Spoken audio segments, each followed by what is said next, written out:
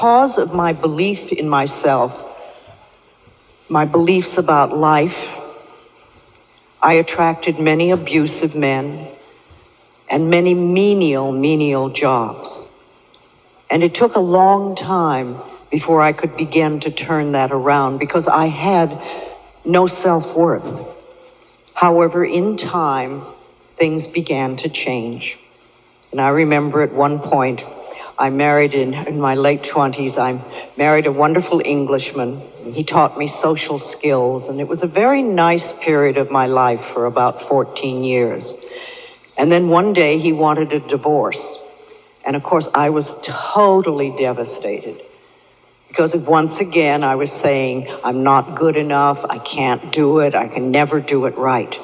But I didn't realize at the time that life was really giving me an opportunity to move into a new phase.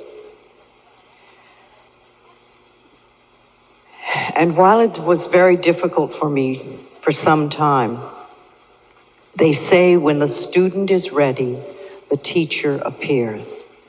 And my teacher appeared in the form of a class.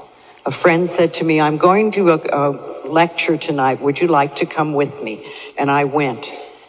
And it literally began the turning point of my life. I was in my early 40s, and these people told me that if I was willing to change my thinking, I could change my life. And it was the most important thing that I think I have ever heard in my life. And while I didn't know what they were talking about and didn't really know what they meant, something inside of me said yes. And so I started to go to classes and read books and listen to tapes and make notes furiously and study and study. I, who had been a high school dropout and had never studied anything in my life, suddenly found a subject that absolutely fascinated me, the way my mind worked and the influence it had on my body and on my life. So I was studying away, and time passed, and my life started to change. I was doing affirmations and making some progress, and I started to get what I call the green lights in the parking places, when the little things in life start to work for you. And I thought I was pretty hot stuff. And I was in those days. I was doing well. And after a time, I got to a point where I began to teach what I knew and work with people on how to help them change their consciousness, to change their lives. And then one day, I was diagnosed with cancer. And just like anyone else who is diagnosed with cancer, I went into total panic. I was absolutely petrified. But I did have something on my side. I had tools to work with because I had worked with other people. And at that point, I knew that the mental equivalent for the disease called cancer is resentment. Deep, old resentment that literally eats away at the body over time. I remember calling my teacher and saying, they say I have cancer.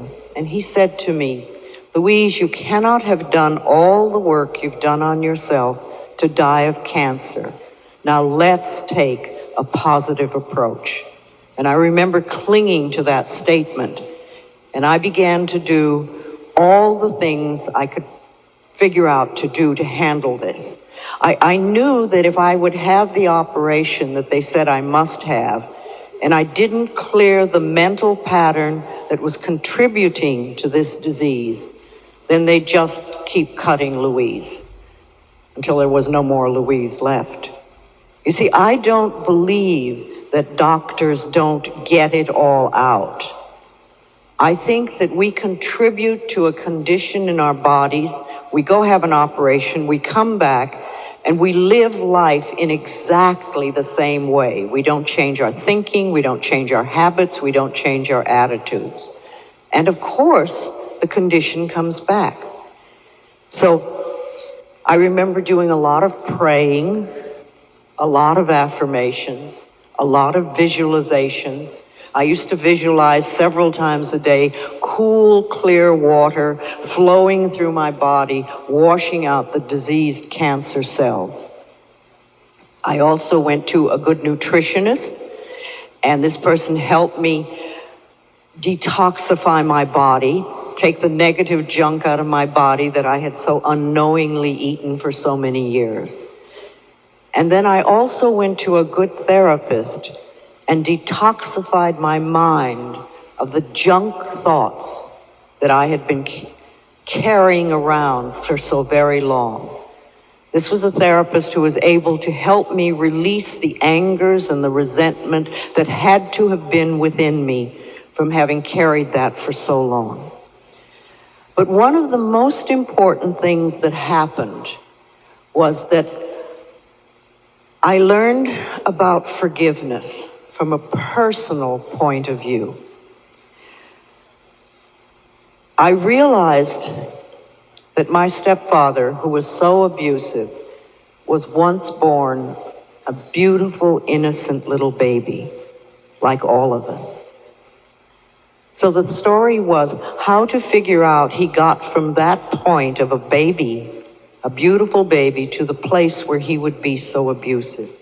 And I began to explore his childhood, and I realized that he was also a highly abused child. In fact, he had a twin brother who was so traumatized by the family experience that he went into an institution and never came out.